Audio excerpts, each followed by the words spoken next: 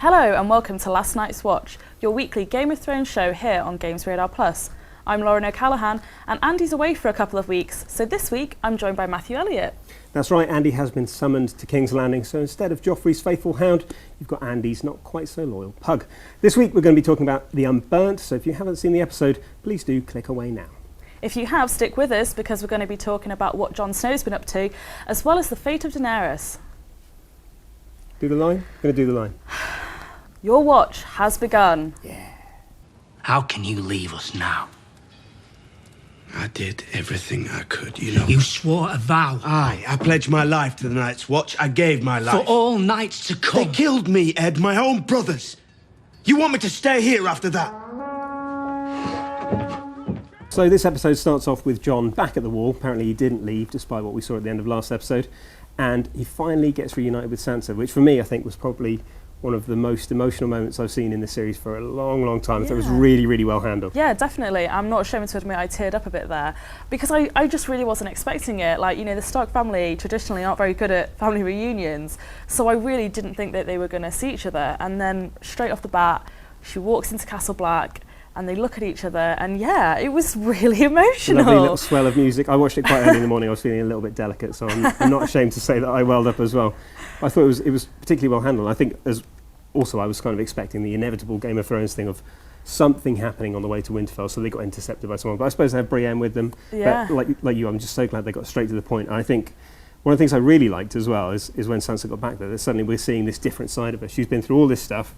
She's stronger than ever, and Jon was kind of moping and being like, I got killed, I'm dead, I'm sad. I get his point. Like, he's seen war. He's seen more than enough of death and war being in the Watch.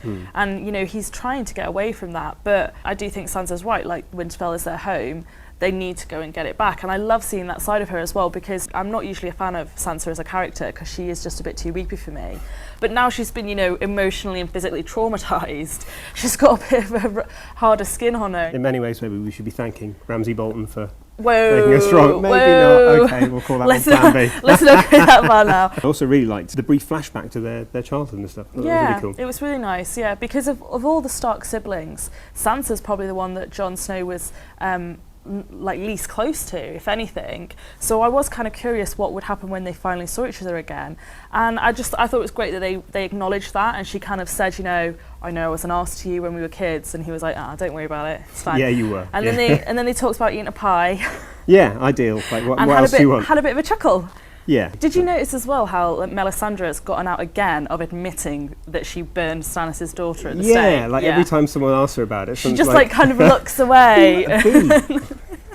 I didn't burn anyone. Yeah, not. I can't wait for him to find out because he's not going to take it well. I think he might actually try and kill her. Yeah, possibly. Yeah, because they were particularly close. And it would be a shame. I think Melisandre is an interesting character, but I really do like him a lot. I think he adds a lot of kind of like. I think it's probably safe to say that the Onion Knight and Melisandre will go with Jon and Sansa and Brienne and Pod when they head towards Winterfell, where Ramsay is currently holding Rickon captive. Yeah, so I mean this is quite a key thing, isn't it? With like, in terms of battles, like Ramsay's actually got a pretty good strike rate. Like he beat Stannis, who is this incredible military commander. Yeah, he's got 3,000 more men than Jon.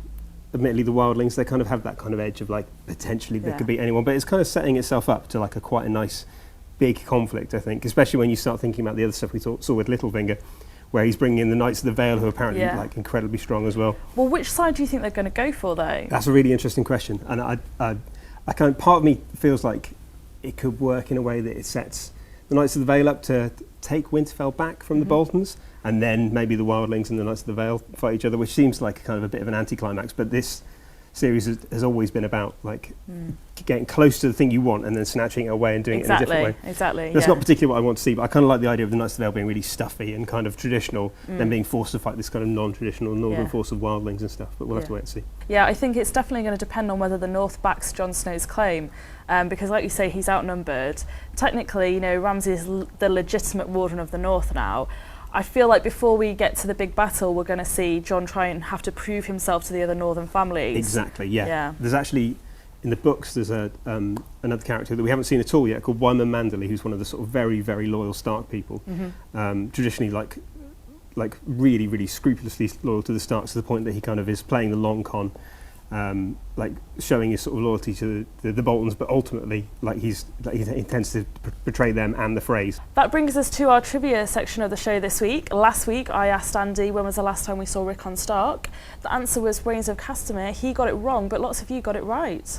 That's right. Congratulations to Charles Crimes, Anton Weldon and Damocles 1967, all of whom picked the right answer in the comments. Now this week we've got a new question. You get to embarrass me. I can't wait. So we went back to the Vale this episode and we saw Rob and Aaron. It got me thinking about the moon door. Who was the first person we ever saw get thrown through the moon door? Oh, I know this. I think I know this. It was when Tyrion was there. No. Oh, I feel like it's on the tip of my tongue. You're close. I know that that's when it was, but I just can't think who it was, because obviously it wasn't him. It wasn't Bronn. Okay, I'm saying nothing. So if you know the answer to what I thought was actually quite an easy question, please do let us know in the comments below, and while you're doing that, we'll move on to our next point, which is all about the fate of Daenerys Stormborn.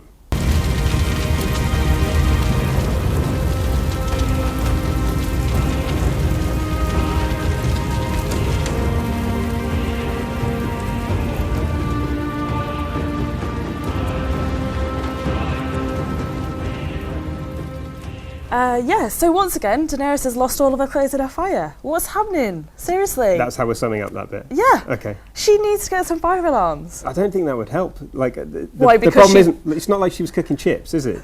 She deliberately pushed over a load of braziers.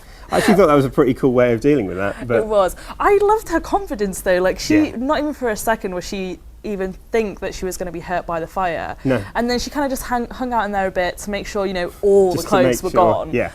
So that she could I don't walk think that's out. why she stayed. I'm pretty sure that's why she stayed. Because then when she walked out, everyone was just so like, oh my God, she can't be hurt by fire. We're just going to like follow her lead. Even her hair can't be hurt by fire. Yeah, because it's beautiful. Yeah, I think that's the reason why. I mean, it was a fantastic moment. Like we saw her basically kill all the Dothraki leaders who were against her, and then very impressively like walk out of the fire, as she's done in the past. We know She has indeed, and we've actually got a clip from Amelia Clark talking about that exact moment. For Daenerys, for my character, it was just one of those like, not since season 1 have we had an opportunity to do something like this. The rebirth of walking through the fire again, as a way of like proving not only to those around her that she is exactly who she says she is and they deserve to bow down towards her, but also for herself.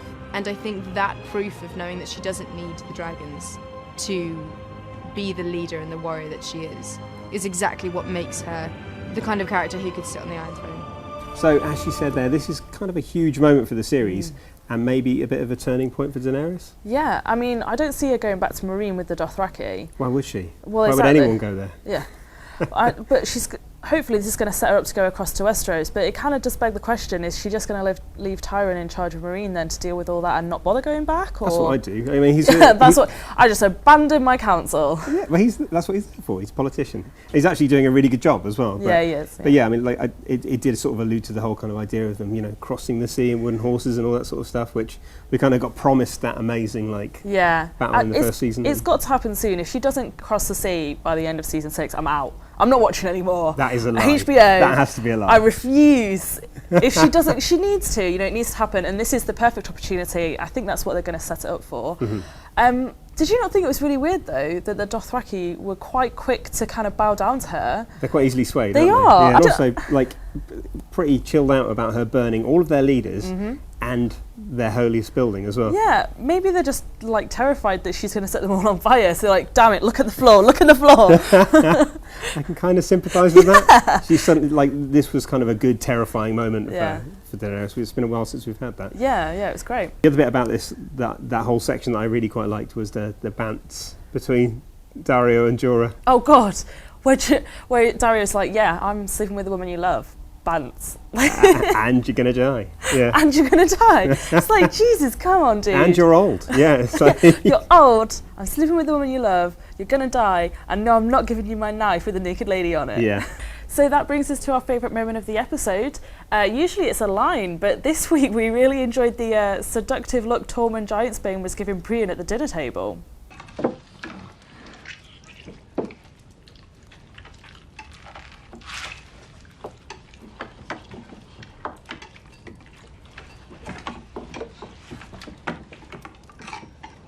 I'm eating meat. I'm eating meat while I look at you. Has a man ever looked at you like that while he's been eating meat? Good God, no. You don't have to answer Thank that. God. That would be so creepy. And you can see it in her face as well. She's just like, what the fuck is that guy doing? No, there was a glimmer of interest there. Like, how can you resist Tormund? Big red beard. I mean, don't get me There's wrong. oozing machismo. Don't get me wrong, I would love it because actually, you know, everyone in like King's Landing thinks that Brienne's not attractive at all. He's probably which isn't true. And then he sees this woman who's like obviously beautiful, skilled fighter, and he's like, damn, yeah, I want some of that. And she's kind of a bit, what? But I can see it happening. Yeah, I'll be your spear wife. He'd be her spear wife. Yeah. Imagine how big the kids would be as well. They'd be huge. Yeah, don't fight with that family. No. So before we go, let's talk about what we think is going to happen next week. Yep, so we saw in the trailer there's a glimpse of Captain Exposition, Bran, in Dreamland with the Night's King. Yeah, most convenient character plot ever. Now, do you think that's going to be forward or backwards? Is that the future or is that the past? This is interesting because what we've seen so far is he's been going back in past, but it kind of seems to indicate that this is towards the future because now it could be the past. Yeah, you know. I suppose it could be. It could be, like, I'm pretty sure the White Walkers have been around for a long time, but I like to think he's going into the future, which means, is he going to see something he doesn't like? Is he going to try and stop it? Is that why he's going to leave the Three-Eyed Raven? Yeah, well, he seems to get stuck there as well, which is kind of inconvenient, but he was warned, fair enough. So. They did say, yeah, don't sleep for too long, you'll get stuck. You'll get stuck in Iceland with Baron Frosty. Yeah. Also a glimpse of Arya back in the... Yeah, we didn't see anything of her this week. No. So, I'm quite curious to see what happens there because we know in last week's episode she basically became a fully fledged servant of the Faceless Men. Yeah. So I guess next week she's going to start her servitude, whatever that means, maybe kill some folk. They've got to get her back in it, I think, because it feels like she's been there quite a long time now. Maybe Danny can give her a lift on her way over. Yeah, that'd be convenient, wouldn't it? Maybe get her involved in Clegane Bowl somehow. Maybe she could... Yeah. Well, she's the only one that's going to be like super shocked to see the Hound alive if that happens because she's the one that, other than Brienne, who thinks he's actually dead. Yeah, just imagine if she helps. Will he go back on her list if he's alive? Well, I think she likes it, but the Mountain's still on the list, isn't it? So well, yeah. Maybe she'll finish him off. Yeah. But also, weirdly as well, like digressing slightly here, but there's a bit of speculation in the books. It's obviously Sir Robert Strong, who is the Mountain, is built from all different bits and pieces of various people. Yeah, like some a people think that one of his arms might be Silvio Farrell's. So, like, you think he's going to be this big hulking lummox. Might actually be able to fence. So if Clegane Bowl actually does happen, then... I said it to Andy last week, and I'm going to say it again. I do not see anyone winning that fight except the Mountain. Yeah. He's like, I just won't believe it at all. He's like Super Mountain as well. Who's going to kill that thing? Yeah, who we need is a like really a badly bomb. injured monk. He'll sort it out.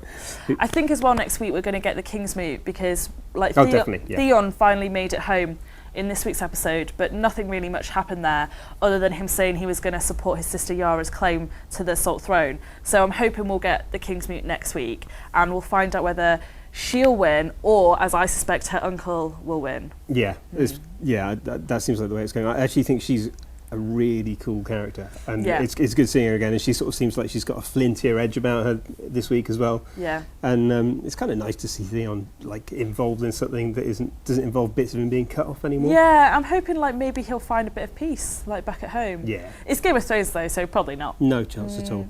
We'll have to wait till next week to find out what happens, but if you want more Game of Thrones news, reviews and features, don't forget to check out all of our content on GamesRadar.com. And if you enjoyed this video, please remember to like and subscribe, and do join us again next week for another episode. And that just leaves us with time for Lauren to do her favourite line. Go on. Your watch has ended.